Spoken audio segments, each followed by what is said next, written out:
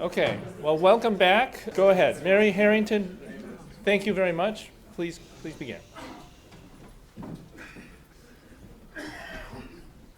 Thank you so much for stepping in at the last minute. We really appreciate that. And thank you guys for having me at this conference. I've set a timer. There you go. I don't have any notes because I've been scribbling frantically in my little notebook since this morning. Now I need to find my notes so that I can appall you. I'm doing something I never do today, which is improvising on main. I always make it a point of principle, not to trial new material for the first time without having written it out first, just in case it has radioactive implications. So I'm going to bracket all of this in the conditional, just in case it turns out later on that I don't in fact agree with it. But this is it's possible, and it's possible that some of you won't either. So I'm going to ask a series of what ifs in the context of the panel title, which Beyond Global Capitalism and the Ecological Crisis: Rebuilding National Economies and Societies. And I just want to pause with that moment national and think about what it is that we mean by national, which is really my first what if, which is one which I've been turning over in my mind for a little while now, which is what if the nation state is toast? What if it's over? What if it's already done, gone, finished? It seems to me, by observation, that the elite consensus in this country is that the nation state is already over. You know, so certainly the ruling uniparty behaves as if the nation state were already over, and mostly just hopes that the people who still rely on the nation state and everything that implies, just not to notice that they've agreed that the nation state is over. This is actually a point on which, although maybe for the wrong reasons, I agree with John's suggestion this morning that the nation state is the wrong unit for thinking about politics after liberalism, because it is fundamentally, it's the atom writ large. It's the atomized human writ large. But in terms of its genesis, I think you can also make the case pretty much everywhere except. Well, certainly in Europe, you can make the case that it is essentially a secularized set of peoples with an ethnic origin. It's a set of, and the history of that gets more complicated over time, and it becomes more mixed and it becomes more plural over time. But it is at the root of every nation state in Europe is a people, in the sense denoted by the extremely radioactive Renaud Camus, a people. And I think that's probably true certainly of every European nation state. And it was to a significant extent even true of the United States until the 1960s. It was actually Francis Fukuyama who pointed out to me that there was a battle fought over the first half of the 20th century in the United States over whether or not the United States was fundamentally ethnic in its history and origin and character, or whether it was a purely creedal entity. And I think, to the best of my understanding, although I'm not an American historian, that battle, the culmination of that battle was the civil rights era and everything which has followed from that. I believe that there are a number of American political theorists who take the view that the civil rights, it represents a kind of additional or secondary or competing constitution to that of the American founding. That's a sidebar to what I want to talk about here. But really, so what if the nation state is a concretization within the terms of liberalism and atomism of an ethnos or a people? That's my first. And if so, why or how or in what sense is it over now? Well, this is a topic that has been sort of talked around and occasionally mentioned directly here. But I think is an uncomfortable one for polite post-liberalism, which is what do we do or say to or about the global movement of people in the context of peoples? What does post-liberalism have to say to or about mass migration? It's a problem. Certainly if you want to talk about solidaristic community building and the politics of place and the politics of belonging, mass migration is a significant political problem. If you want to talk about patriotism in the nation state, the large-scale movements of people pose a political problem. This is clearly the case even in the now supposedly creedal polity of America. It's significantly more extensively the case in Europe, where the origin of every nation state in a people is very much clearer and more recent. So what even then, in the context of this very sort of radically dissolving set of boundaries that people once really for the entirety of the liberal era took as read to be fixed and permanent and part of the order of permanent things, you know, the nation being as it were the largest unit of the, you know, the individual, the family, and the state. This is part of that Russian doll. But what, in the context of the mass movement of peoples and these dissolving boundaries, is the unit of social solidarity? This is not a question I have an easy answer to. But if we can't answer the question about who is entitled to solidarity, or how or where, or even if we draw the boundaries on that, then the question of the welfare state, which has also loomed large over this conference, particularly among the Blue Labour contingent, whom I see and I'm delighted to see present in some number. The question of who is entitled to, or even if it's possible to have, a state welfare system is difficult in the context of a radically porous, I keep drawing this imaginary polity like this. But if I can't do that, if I can't say that there's an out-group, I can't say there's an in-group. And then I have no grounds for saying that we can really have social solidarity at all. I mean, many of you will recognize this as fundamentally the neoliberal premise, that, you know, open borders really. Some of the right liberal radicals will even come straight out and say it. The best thing about mass migration is that it undermines social solidarity and makes it easier to abolish the welfare state. This is a problem for a post-liberalism which is wedded to the nation state, or wedded to the corollary of a modern European Christian heritage nation state, a Christian democracy, if you like, and the post-liberal strand within Christian democracy, or the Christian democratic strand within post-liberalism, which says social solidarity through something like a welfare state is good, and we should have more of that. I can see sort of two directions, potentially, that this could all be headed in. One, we run the Ponzi scheme to exhaustion, because really this is what the welfare state has become under current conditions. It's a Ponzi scheme. You know, we have shrinking national populations, so we can tacitly agree that we're going to abolish the boundaries, and that we're going to add more people, and we're just going to hope that somehow they're going to buy into the overall solidaristic premise, despite the fact that they're not part of the same people, and they don't have the same beliefs and assumptions and traditions, and they may or may not bring their own cultural approaches to solidarity with them. And we just have to hope that somehow the magic soil is going to fix that, or that the creed will somehow replace all of that, which may or may not be true, but may or may not work, but I'm columnly skeptical. And once we've, you know, and then maybe we'll get the right liberal utopia, and we'll abolish national welfare states. We'll get rid of all the borders.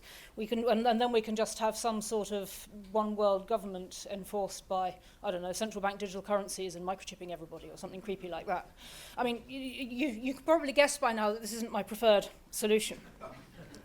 I don't imagine many of you would be keen either. Or option two, we demolish the enabling theologies that underwrite that current Ponzi scheme. Sorry? 8 minutes. Oh! Gosh, and I'd only just got to the radioactive bit. Give me 2 more minutes. 2 more minutes. 1 minute. 1 minute. So, which means fundamentally that we demolish the architecture of human rights, which is what prevents boundaries from being enforced. We reopen the question of whether we can even have a welfare state, and perhaps look at some of the more localist forms of solidarity that were so interestingly discussed in the panel just before lunch. And three, I think specifically within Britain, and in the context of thinking about what a people ought to be and where we ought to draw the boundaries. You know, the big question for me is what if not the British Isles? And actually the conclusion I'm playing with is, what if we brought the family back together? What if Greater Britain? if we run it from, perhaps we could run it from Washington, perhaps I wouldn't care. But perhaps actually we should bring the Anglosphere back together. So those are my what-ifs at the moment. You can all throw things at me later. Thank you.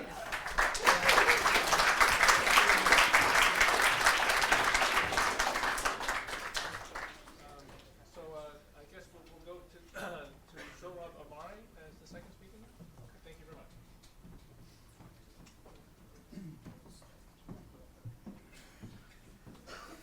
Is this your watch, Mary, up here? It is. All right. I was turning it switched off, so I lost track of time after all. Yeah, well, hello, I'm Sohrab Ahmari. I use he, him pronouns. And I bring you glad tidings from the Imperial Center. It's a real pleasure to be on this panel. Thanks to Adrian and the organizers, all of them, for having me.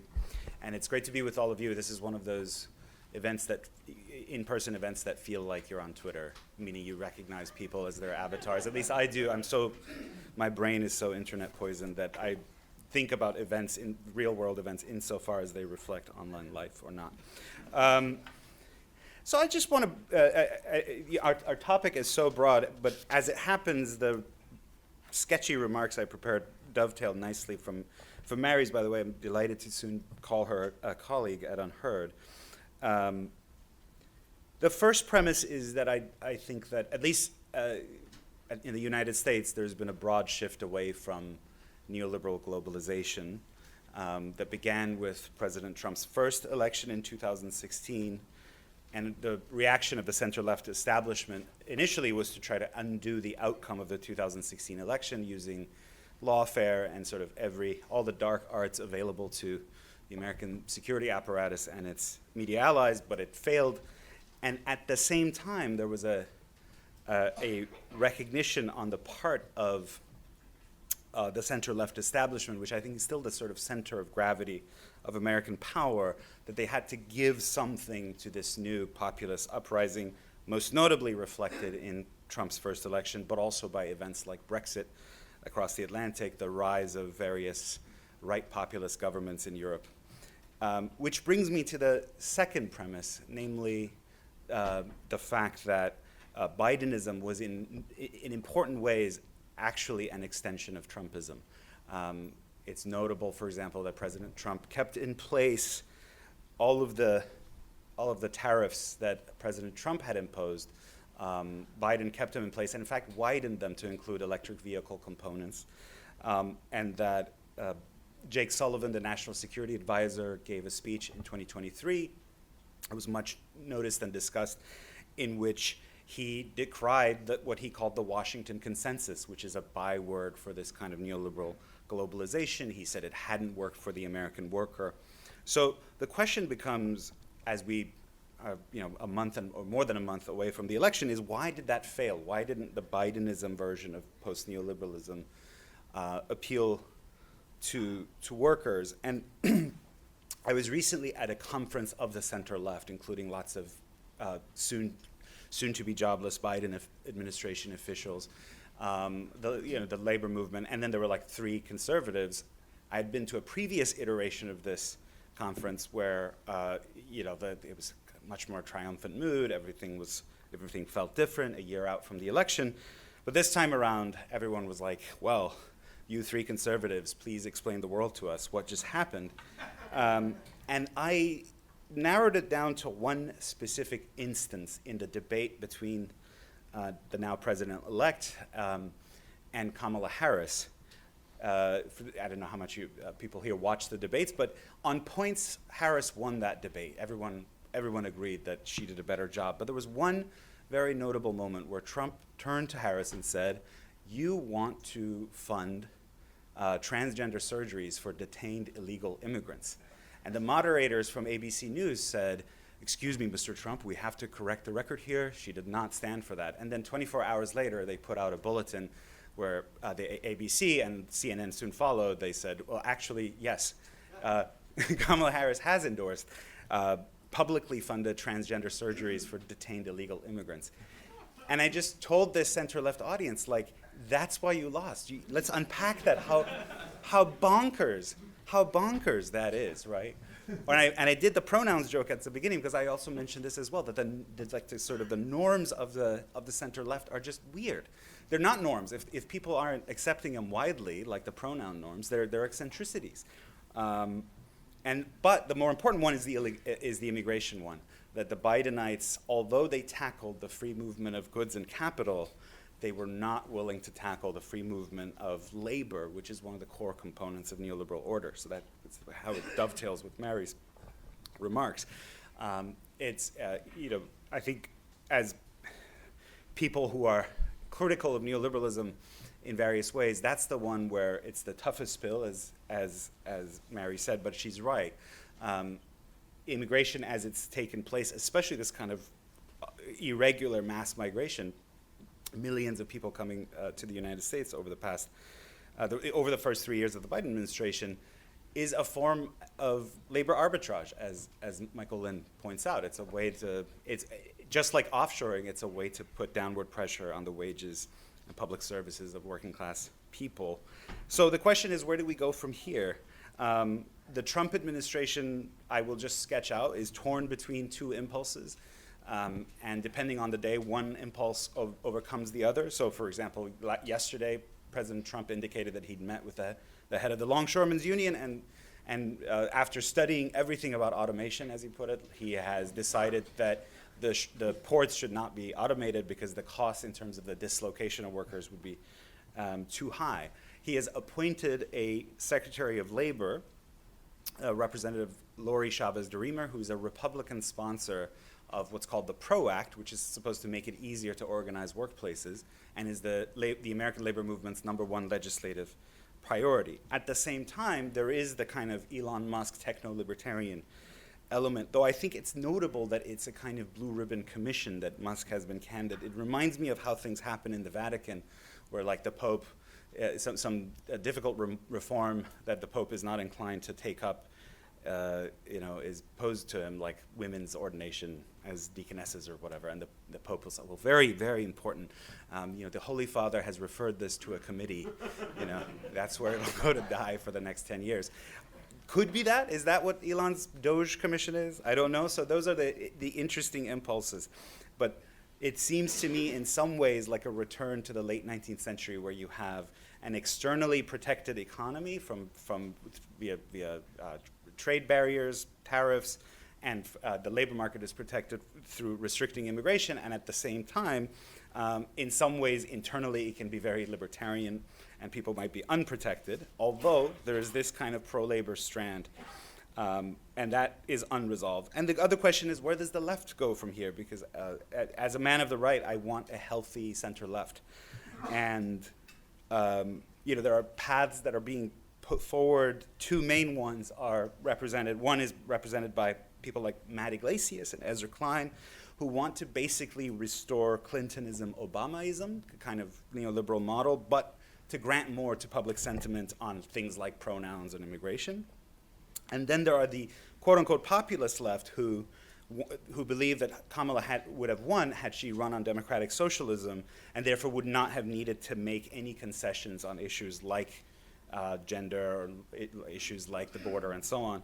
And I think that's a mistake as well. I think that's delusional. The third path is a left that is economically populist, and as a component of that, grants more on the question of immigration to popular sentiment, which is restrictionist, and backs off on the gender stuff, which privately lots of people, I speak to Democrats, like Democratic officials, off the record, a lot of them will say, yeah, we went too far with the gender stuff. But they're not yet willing to say that publicly. The same was true about like pandemic restrictions, however, that at first it starts where they can privately say, hey, I think masking children is a bad idea. And then like 6 months later, it appears in The Atlantic.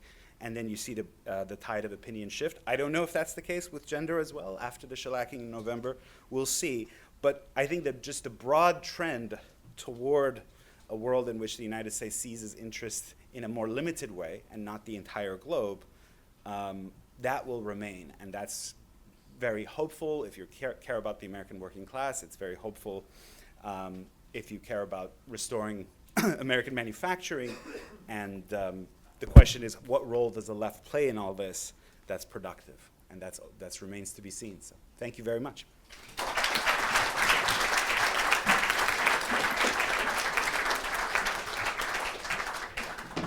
Thank you. So we're going to move on to Juan Carlos Belausteguigoitia.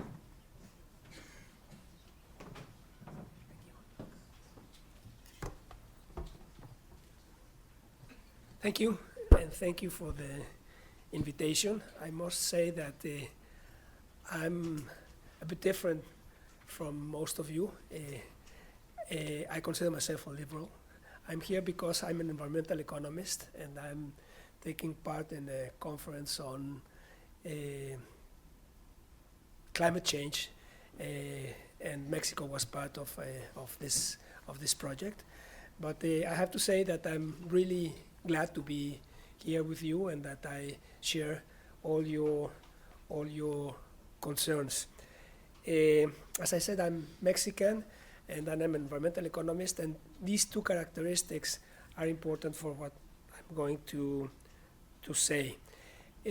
First, I think that agreeing, as I said, with most of you have been saying, you have to be very careful with what you are going to substitute liberalism with.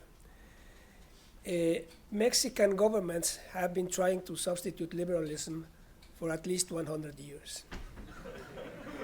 We not only have a constitution that is full of articles that are aspirational, as Michael Lind told you this morning, and this is absolutely right, but we also have had and have at present governments that were not happy with liberalism and have tried to come up with alternatives. I'm going to refer very briefly to two of those alternatives. From 1988 to 1994, Carlos Salinas de Gortari was the Mexican president. He tried to modernize the country, and he came up with this idea of social liberalism. And he was a very astute politician. Not all the things that he did are bad, but certainly after his administration, the country moved closer to crony capitalism. You may have heard about Carlos Slim. Carlos Slim was for many years the richest man in the world, and he was the richest man in the world not because he came up with a new technology in telecommunications, but because he had the power to buy the nationalized telephone company that Salinas privatized. And during 20 plus years, he had a private monopoly that, according to the OECD, was costing the Mexican, whoever lived in Mexico and used telephones, the equivalent of 2% of GDP. I mean, that's why he became, yes, that's why he became the richest man in the world, the richest person in the world for so many years. He's no longer the richest person because there is competition now. Not as much as we would like. So, I encourage you to read his manifesto on liberalismo social, social liberalism, where he very clearly puts all the limitations of liberalism and all the limitations of, how can I put this, materialistic socialism or real socialism. This is really interesting. The second the second attempt to move away from liberalism that I want to talk to you, and as I said, these are only two of many, is the one that is currently going on. I mean, and it started in 2018 with the administration of Andrés Manuel López Obrador.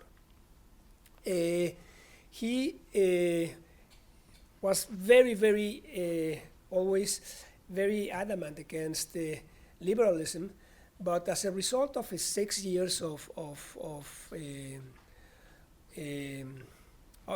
government, the country didn't become less crony in the economic realm, and in the political arena, in the political realm, became very centralized. I mean, this government now has the absolute control of both houses of Congress, most governorships, most municipalities, and it controls, which is even more important, in Mexico, municipalities, the budget of municipalities depend 95% on transfers from the federal government. So the concentration of power in this second, in this philosophy, it's called Mexican humanism, has been really atrocious, terrifying. So the first thing then that I wanted to warn you against is that the substituting liberalism is not going to be easy. Other political philosophies also have their drawbacks.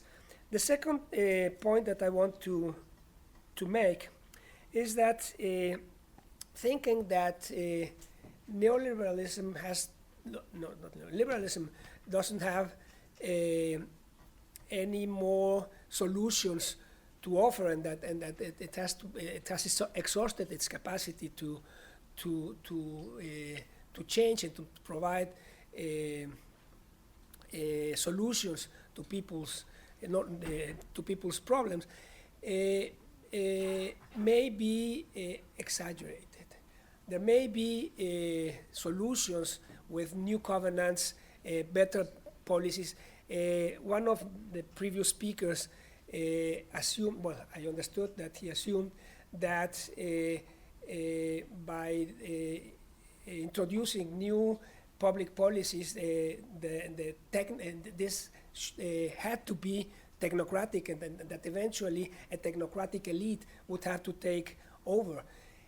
I don't think that this has to be the case. This year, the Nobel Prize for Economics was awarded to 3 economists that work on institutions. I really think that if we have the right institutions, many of these problems can be ameliorated and addressed within a broad liberal framework. I mean, perhaps this is closer to what you call post-liberalism.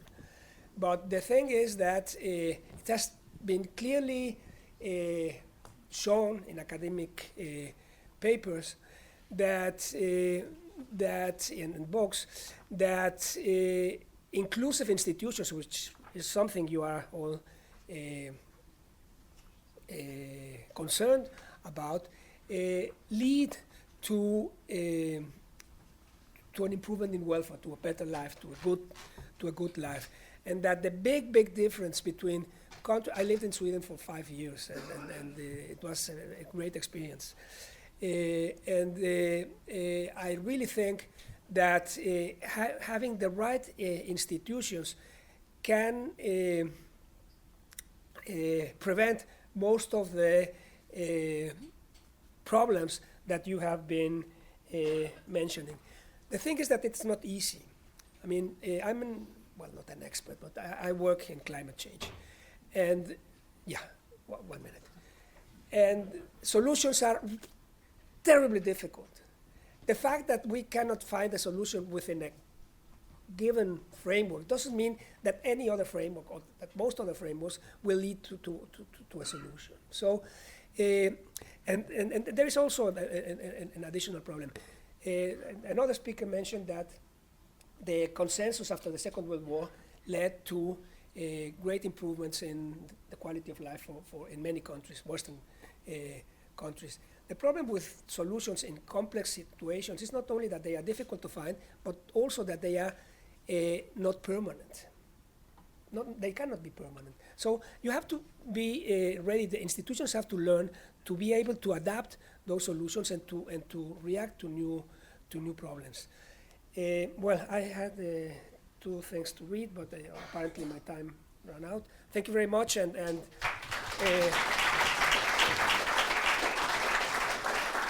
I think I'm a liberal, but I'm really happy to be here.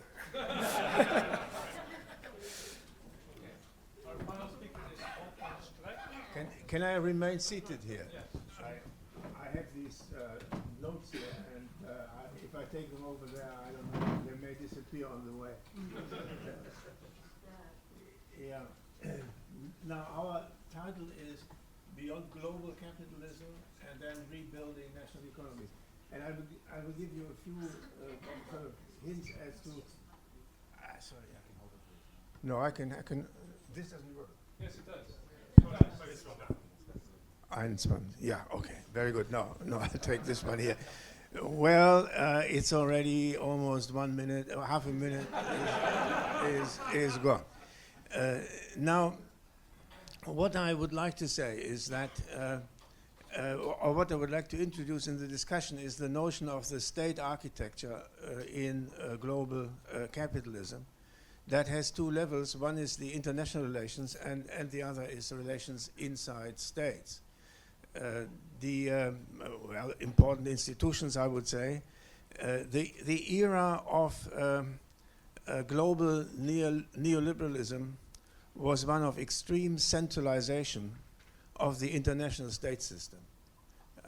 It was basically a unipolar order with the United States sort of acting as the world state in waiting. That lasted for roughly 3 decades, and if you look at those 3 decades, we can sort of point out at least 5 important developments. One is it was a time of forever war. There was not a single day in which the leading nation was not involved in war in some place in the world. It was also a period of extremely increasing inequality within the center of the capitalist world, and at the same time with sort of very treacherous progress elsewhere, which at least at the latest during the COVID epidemic showed that an increase in daily or weekly income of from $2 to $2.50 doesn't make much of a difference if the collective situation, the collective goods, the medical education and so on is not clean water is not first improved. Thirdly, declining growth rates on the aggregate. Fourthly, rising public debt on the aggregate. It's like one big increase. Failing technocracy and the ungovernability of the global commons. If you look at the increase in CO emissions since 1990, and you draw a curve, it goes like this. There's nothing in there. There's meetings and meetings and meetings. The curve remains the same. It's almost linear.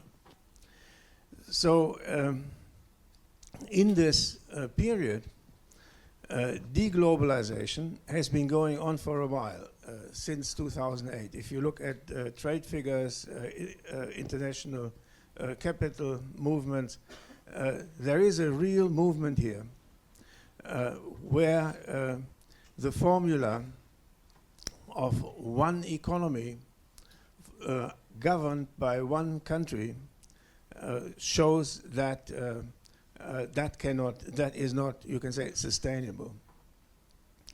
A real movement towards something like decentralization.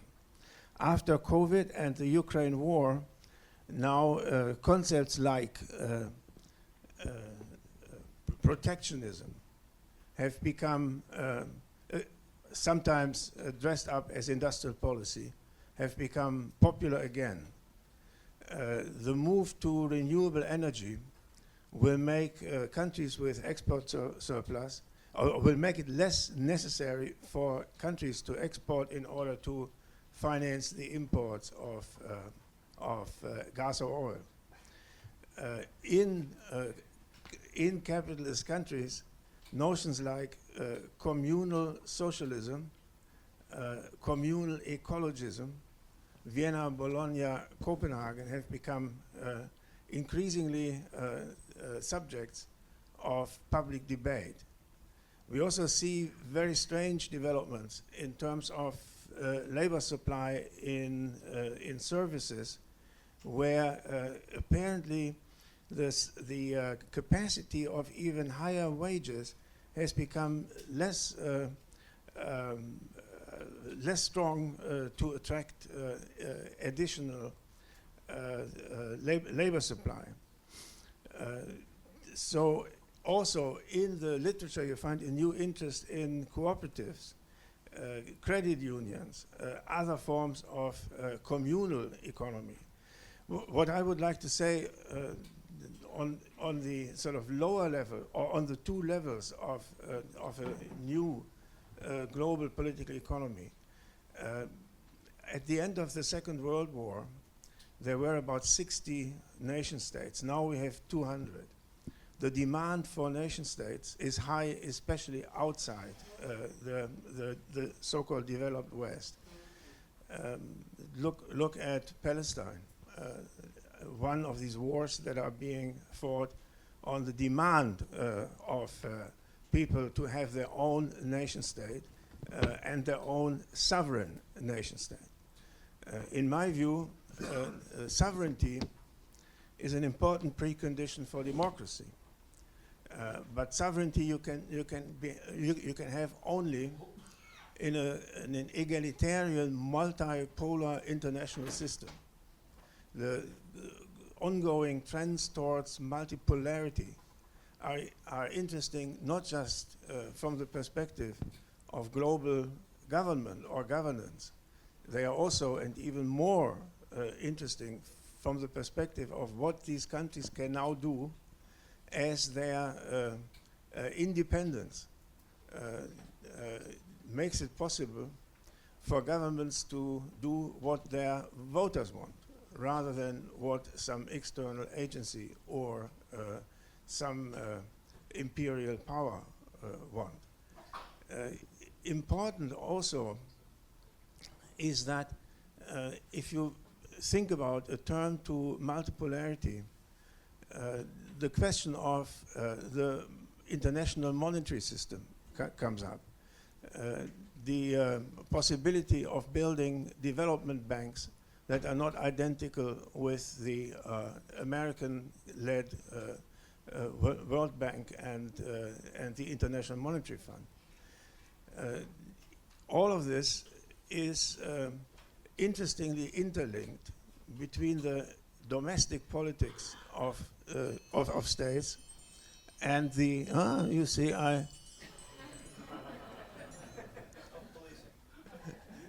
I finished my sentence.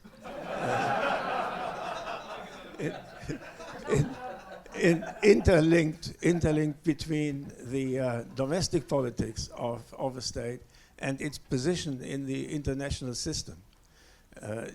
Finally, I would say there are some interesting positive, in my sense, positive developments, in that we see an end to the unipolar global system and the rise of, among the BRICS in other many different contexts, the rise of a chance for less centralization, more decentralization, more genuine democracy inside decentralized units, a decoupling of national economies from the constraints of the global economy and the dollar system, and the possibility for countries to choose new kinds of locations inside that global multipolar system.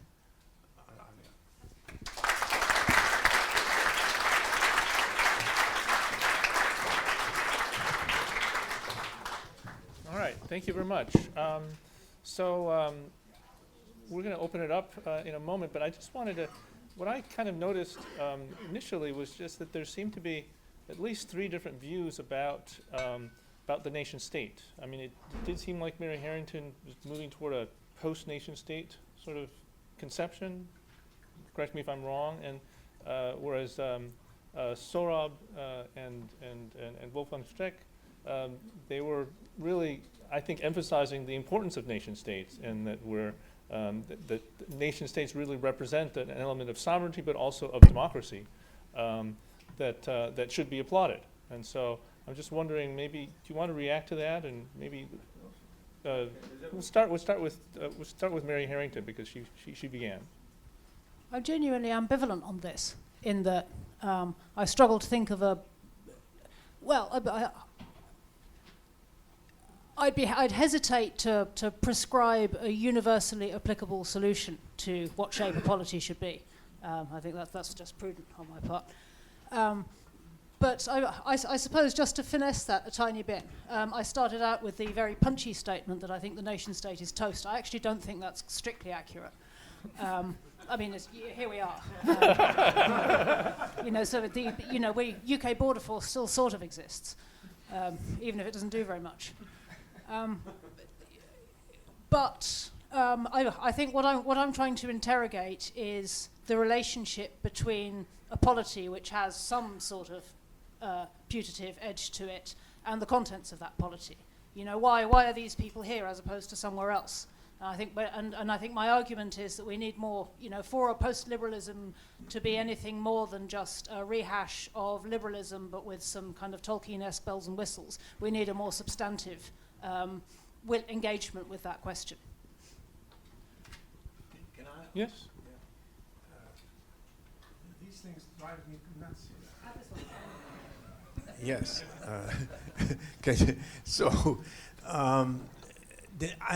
Generally, I think the term nation-state is slightly a misnomer, in the sense that most states that I know comprise more than one nation.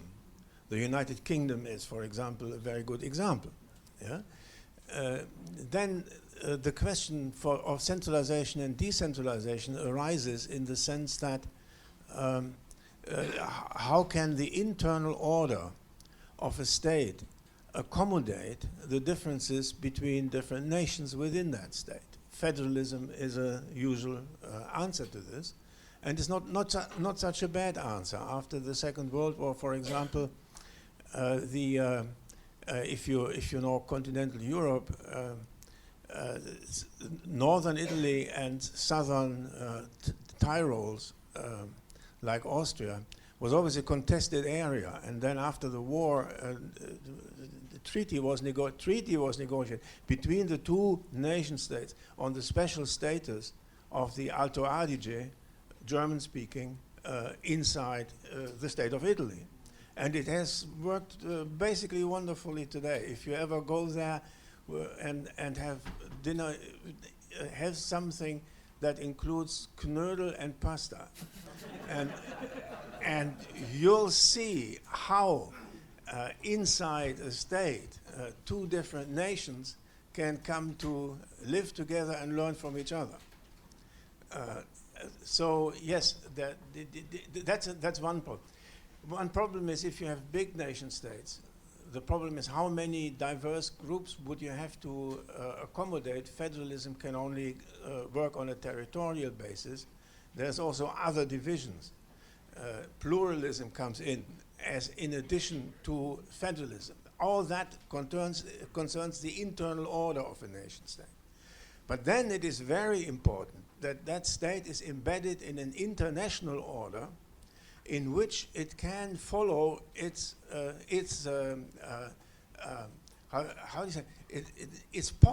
policies. But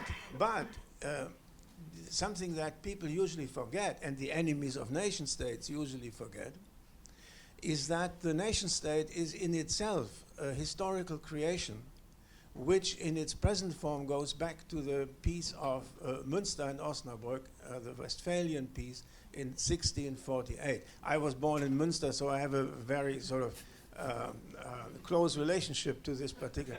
This is a wonderful piece of institution building, because it emphasizes that your independence as a state depends on the recognition of the independence of other states, and that your security depends on the security of the other, of your neighbor, so that there will be shared security and a shared peace, and that conquering your neighbor is sort of does away with your license as a nation state. You can all read this in the piece of 1648. So I think the more we try to get away from the unipolar system of the last 30 decades, the more we have to learn about international law and about the art of peacekeeping between different states, not just between, not just as an alliance of the democratic states fighting against the autocratic states, but peace becoming the very important cornerstone of an international order in which there can also be democracy at the national level. Can I weigh in on that as well? So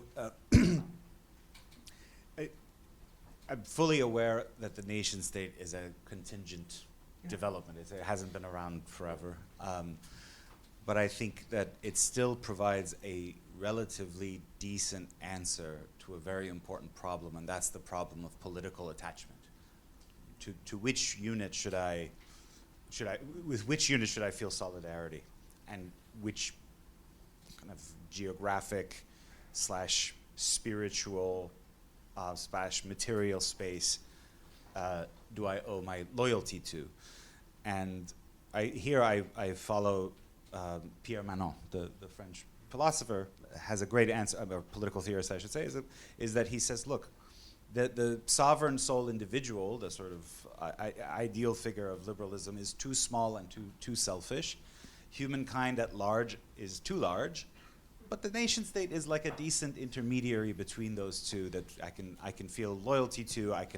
It can defend me against larger global forces that would otherwise overwhelm me.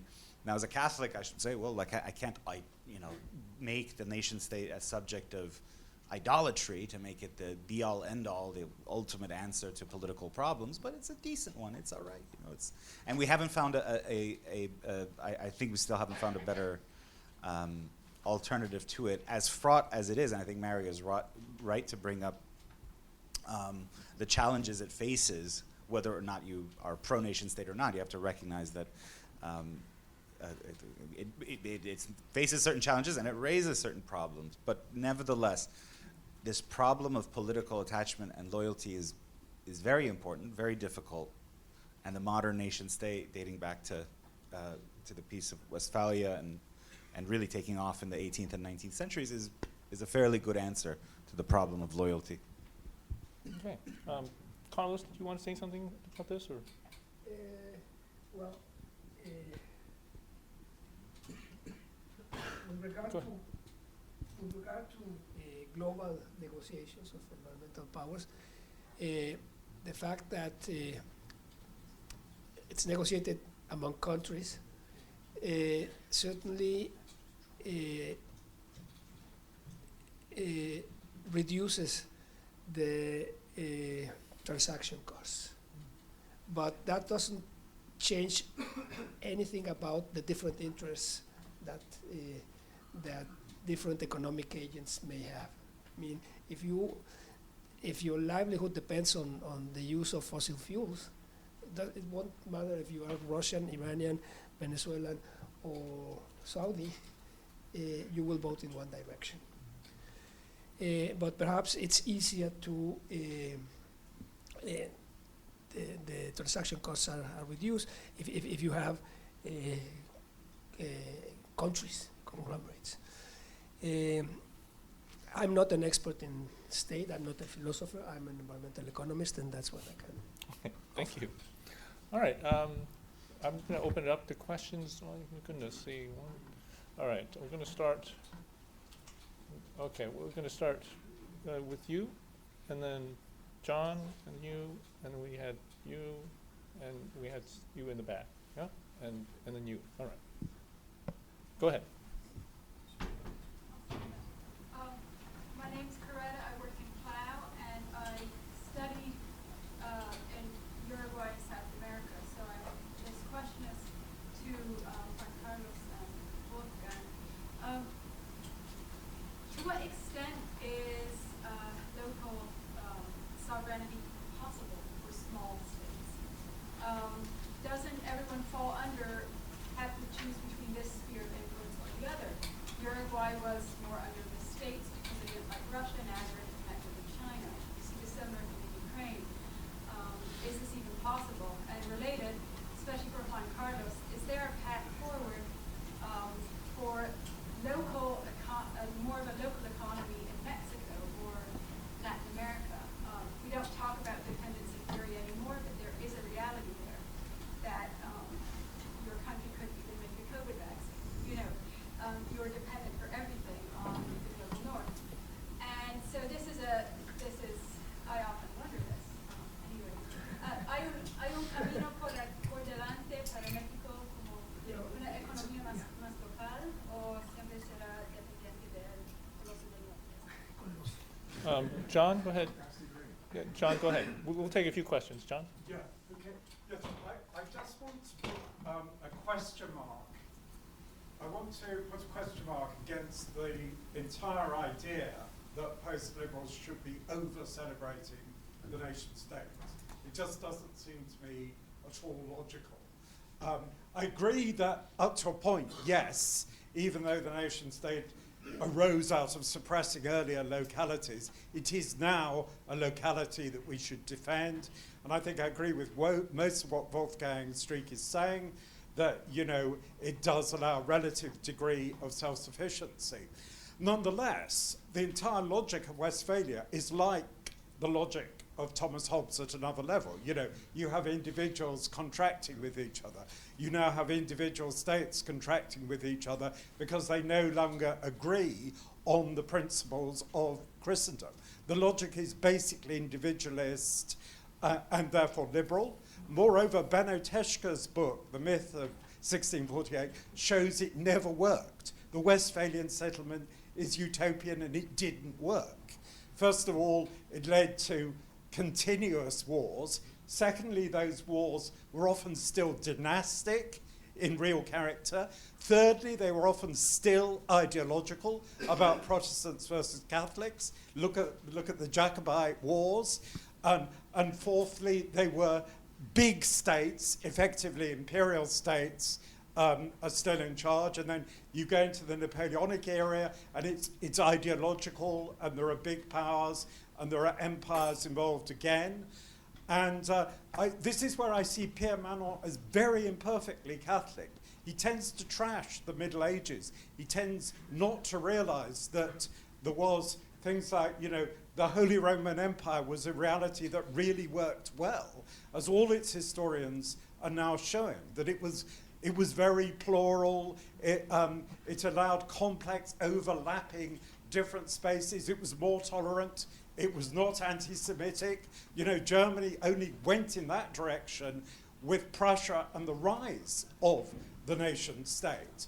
And I think, thinking today, this is where I think Michael Lind is right. We need to think more in terms of sort of plural sovereignty in the English tradition of pluralism, and that you have you have distributed sovereignty within, and to some extent you need to have federal shared sovereignty without, because otherwise you simply won't overcome the power of international corporations. And it can't just be sort of utopian contracts. It has to be something more substantive than that.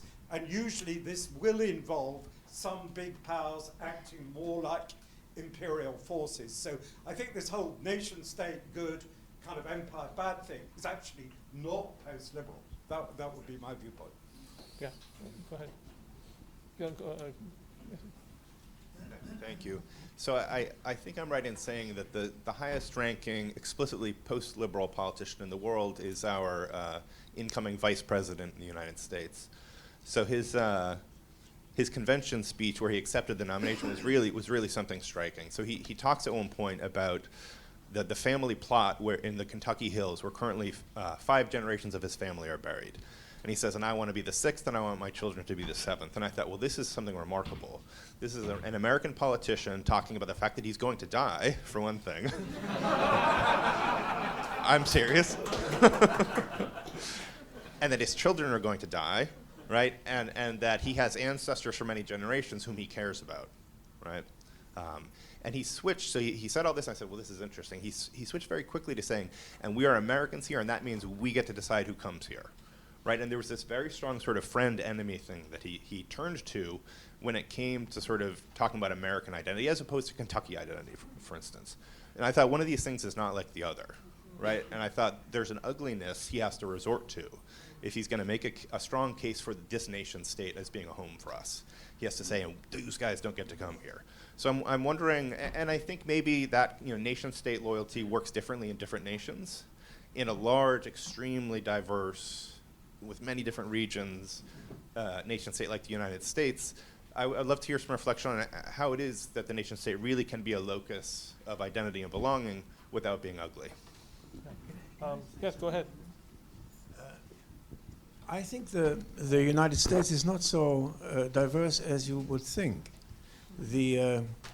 Of the 50 states, is there any state that has a different official language than English?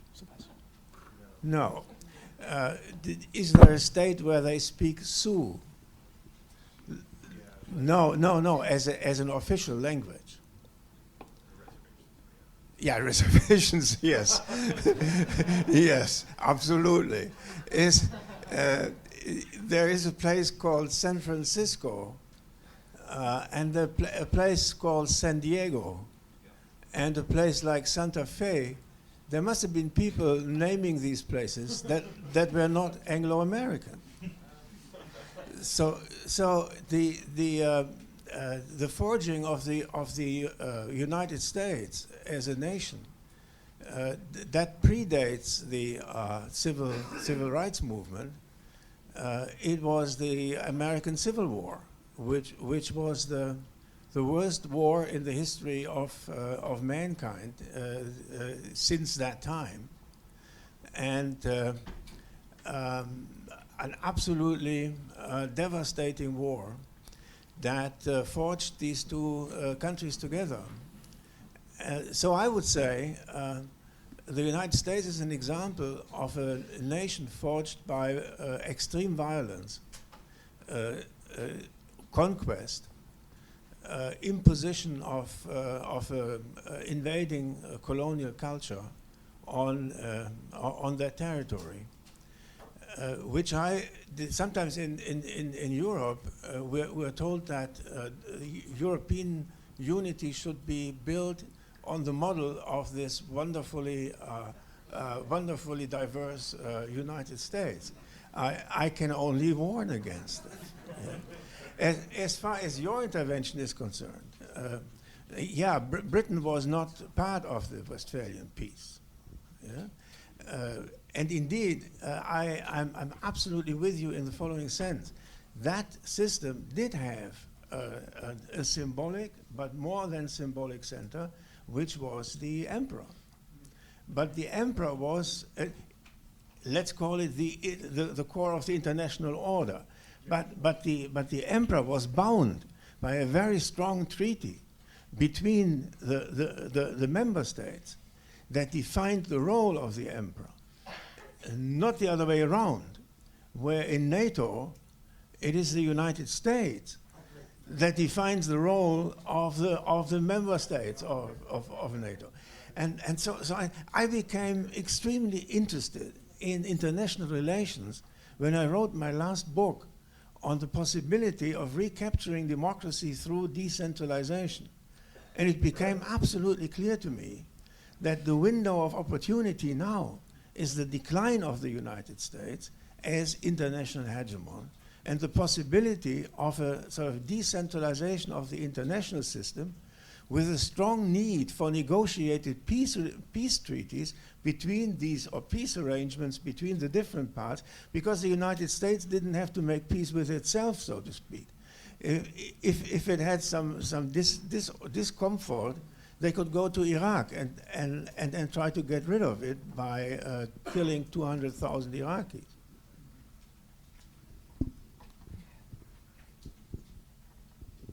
Just a couple of reflections, really, to both your points.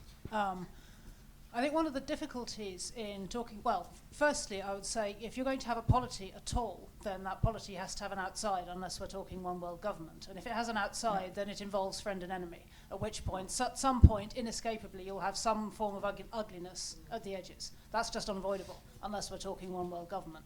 So I'm sort of tragically resigned to a measure of that. That's the first point. And then the second point is really about the sort of mental phase shift back and forth between the idea that we could all be a kind of one world, universal, homogenous state, as Strauss put it, or alternatively that we could be a polity bound by hopefully reasonably loosely coupled and spacious bonds of affinity, which would be my preferred solution, I believe probably everybody else here as well. And how particularly difficult it is to think through that phase shift if your cultural heritage is Anglophone, whether on your side of the pond or this one. Because the Anglo sensibility has always been, it's been an explorer one for centuries, if not millennia. It's hybrid in its origins within the British Isles, you know, where a hybrid people formed of several waves of invasion. You know, in that sense, you know, my blood and my bones are pluralistic by virtue of being an Anglo born in this country. You know, that's part of our reality, as is being a seafaring people and being an exploring people. And so there's a sense in which you can go from, you know, you can go from being oriented towards the horizon to being oriented towards the universal, and make that mental shift without realizing you've done it. And I think to make that mental shift is a mistake, because at that point you're trying to institute the universal homogeneous state, which is really what Wolfgang has been speaking to in much more concrete and it's in very knowledgeable terms.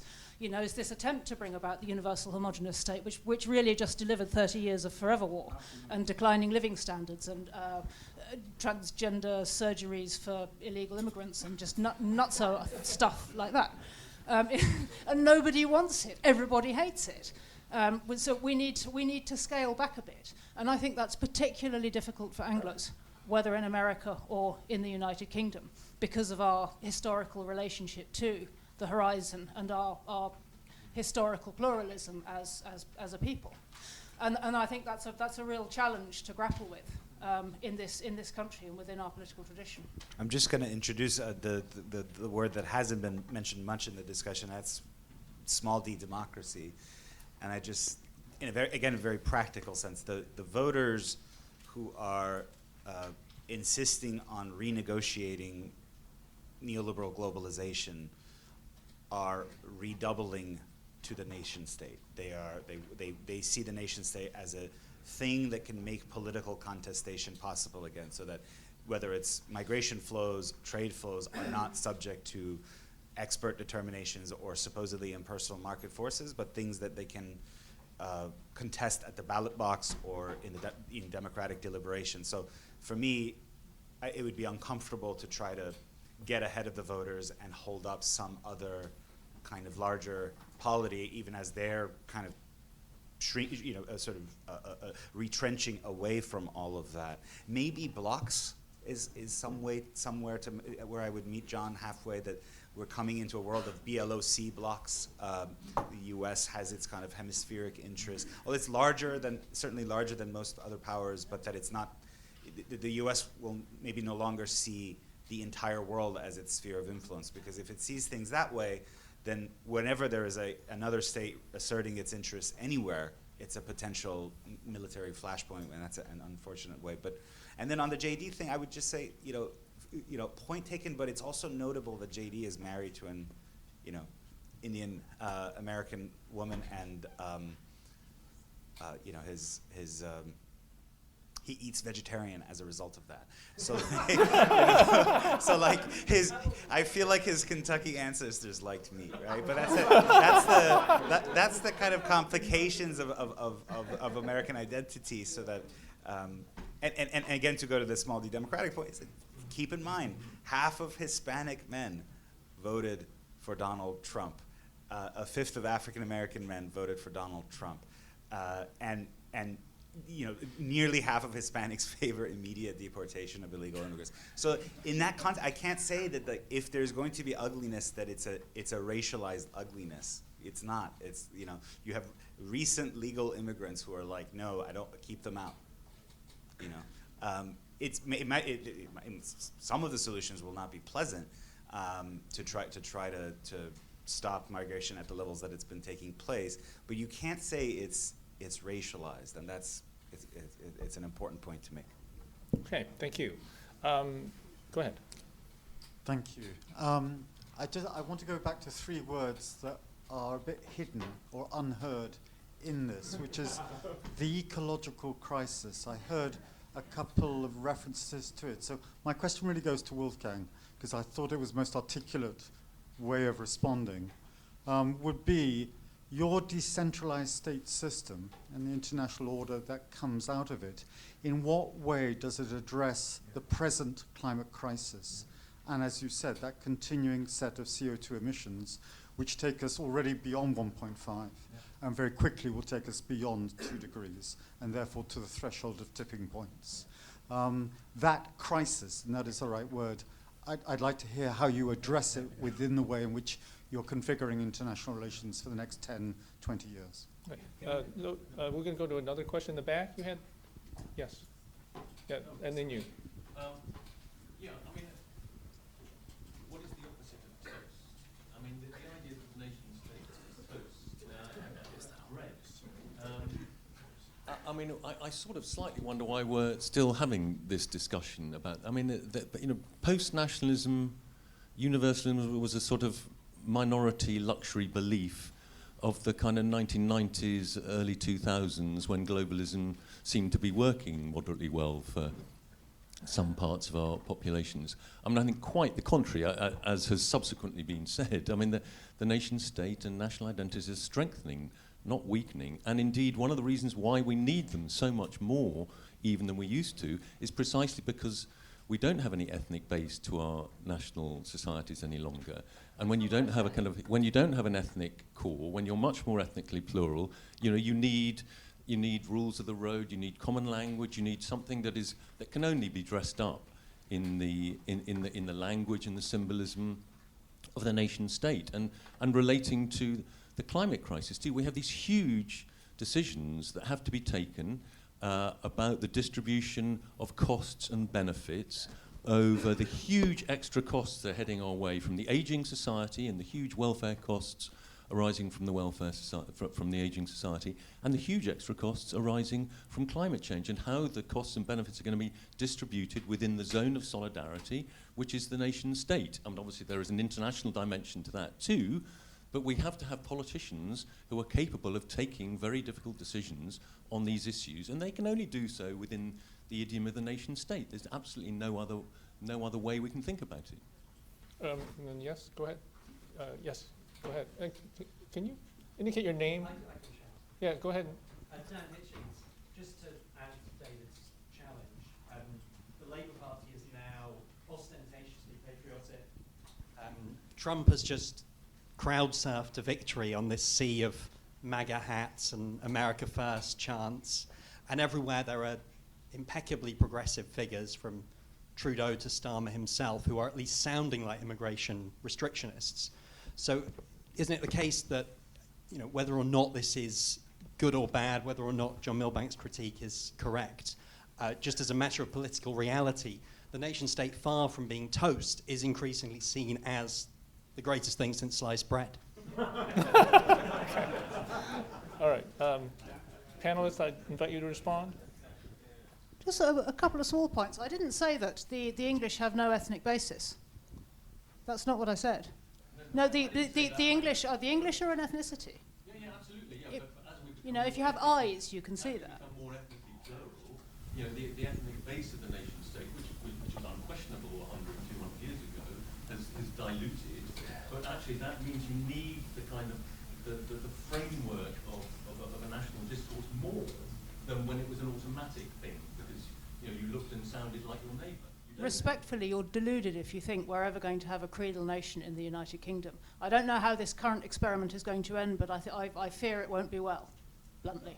I'm just going to leave it there because I'm not going to spitball any more about that subject on Maine. I just don't think it's going to end well.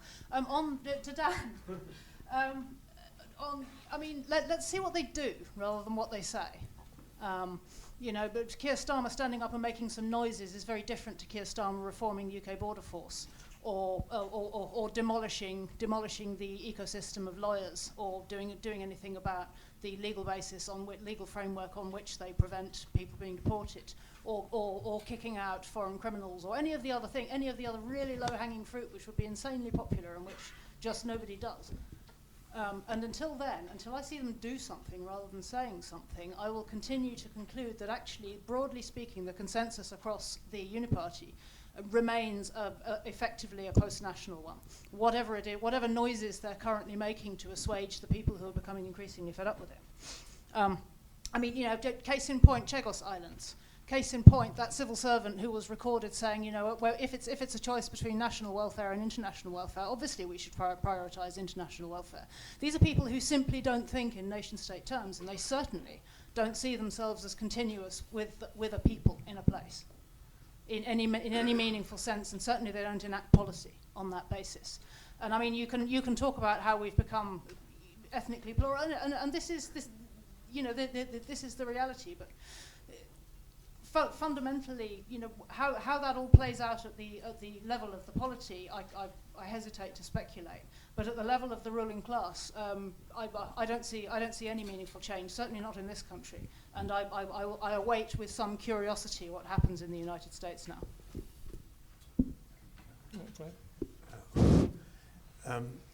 I thought that Brexit was not such a bad idea. For the following reason, it would, in my view, have squarely made clear that for the political decisions that are being made in this country, the country's political elite is responsible, yes, and nobody else. Yes. Brussels can no longer be an excuse. Yes. For the voters in Britain, it should be basically, the message should basically be, you get what you vote for.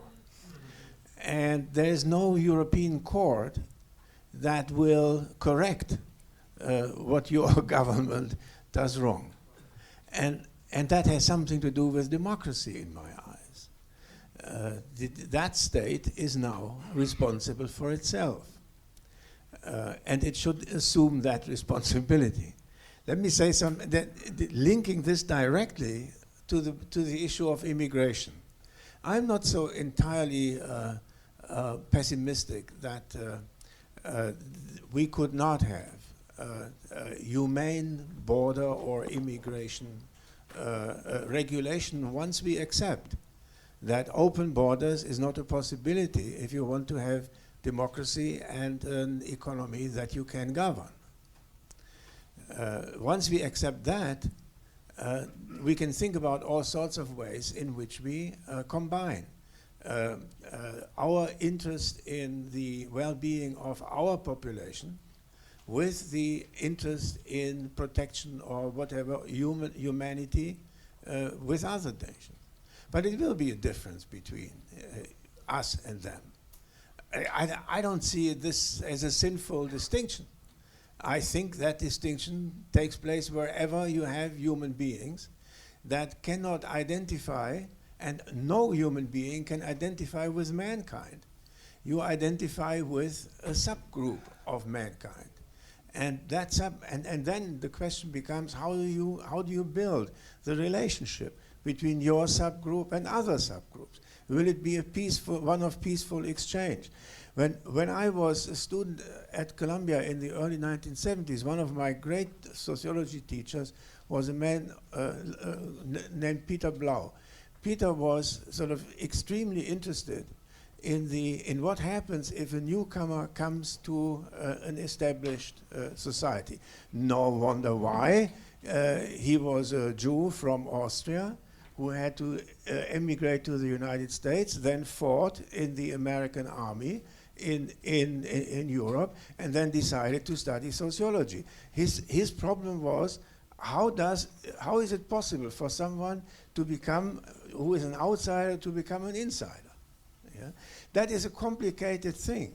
It is not something that falls from the sky. If you just tell people whoever shows up will be a fellow citizen, that is not going to work. And I would emphasize empirically that the present sort of pseudo-global regime of immigration is the one that has, over the last 30 years, produced right-wing populist anti-immigration parties in all of our countries. Each of our countries is now suffering from the problem that you have a sort of 10 to 20% sort of extreme anti-immigrant vote, which disturbs all sorts of political things that you can do in a country. It's an absolute nuisance, but it is the result of the present regime. This is why I think let's try a decentralized regime in the following sense. So it must be made clear that it is your responsibility, and only your responsibility, how you deal with people who want to join you, and how you make sure that they really want to join you, and that they are not there to go away in 2 years, and so on and so on and so on. It's very difficult, but I think we have to face that problem. So another case where I think empirics helps is that if you look at the record of global governance on the environment, the last 30 years were a disaster. Nothing was achieved that should have been and must have been and could have been achieved. My answer to this is, let's try to see, as in the immigration thing, how we can anchor in the domestic politics of the nations that form our world, how we can anchor there a responsible attitude towards the environment and to other people. Religion, in this book that I wrote as a completely secular human being, my last book, I had a final chapter where I say, this is almost like a religious conversion problem, yeah? And then my sort of secular co-sociologist in Germany said, this guy is taken, this is mad. How can you talk in terms of religion when it comes to a problem like immigration? And I think it's absolutely something to do with it, namely with a deep conviction that there are things that I will not do even if they are seen on the surface to be useful to me. Yeah? Okay. And that I call religion. Let me sort of make a final remark, if I may. When I was working on this book, I read this chapter I think in the 4th volume of Edward Gibbon's History of the Rise and Decline of the Western European Empire. There, and the narrative is at about the year 500. There he says, now we've seen this glorious story of this greatest empire of all times disappearing. And now on the territory where there's now 24 or something different principalities. What is better? Should we again want to unite under one government in this territory, or and then comes the typical liberal who Gibbon was. No. Much better to have different municipalities. Now, liberalism is part of this. Namely, to allow for a very weak central. Then he says, there is, however, something that binds these together, which is our joint tradition. We all speak, in my words, a dialect of Latin. Yeah? Good. But then at the same time, we can try out different solutions to the same problems, and then we can learn from each other. Yeah? We can have a joint legal regime that secures our collective liberty in ourselves. And at one point he says, we are no longer dependent on the whims and on the stupidities of one or two rulers. And I had to think about the European Union. I had to, later. No, this is very important. All these solutions have a time index to them. But in Germany at least, you had, for example, the rise of music in these different principalities. Bach was someone who moved from one of these places to another. It was an absolute flourishing of culture until the end of the 18th century. Yeah. But in Britain, you had other things to do to kill each other. That's okay. That's okay with you. The Germans composed Bach, and here there was something else. Okay, we're gonna move on to some more questions here. Here, we have you, and then we'll do you. All right, go ahead. Okay. Yeah. So what I'm about to ask, I'll just preface by saying I don't think applies to the United States. So we just heard this idea of the nation state is toast, future tense. I want to see if you agree with this comment. The nation state in Europe is toast, present tense. And the reason I say that is traditionally the nation state to exist needed, as all states do, some kind of elite to run it. If you think historically, where does the elite form from? It forms from people who have some kind of economic interest in that particular geographical unit, be that agricultural land, factories, and so on. We're now in a position where to be an elite by its very nature means to be an internationalist, because that's from where you acquire wealth. And in that context, is it even possible, therefore, for Europe to have nation states which will be coherent if there is no one to run them? The only thing that comes to mind, therefore, is that there's a potential post-liberal opportunity for new elites to form or to come out. But there's also a dangerous element to that you don't get a repeat of the kind of utopianist elites which form out of the demos, which like you see in the 1930s. I've just been notified that we have a time limit, so I'm going to have these final questions, and we'll end it with the questions. So go ahead.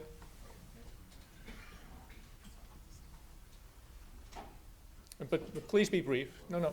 Oh. Well, maybe a couple of points, because hearing the discussion, and I'm not sure if when you compare different experiences, there are things that are maybe so obvious that we don't see them.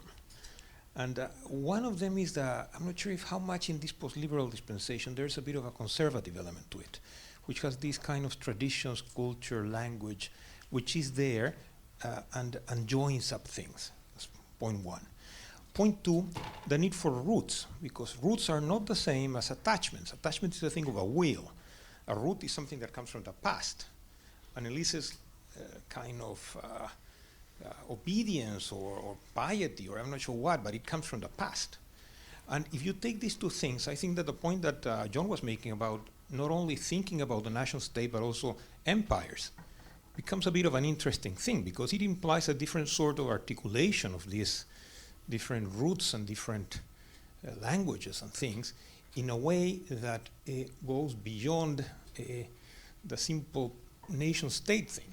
And I think that as these new challenges start emerging in terms of climate, in terms of immigration, then you'll start having this sort of need of how do we understand roots, how do we understand interaction, and I don't think it's simply state against state or us versus them.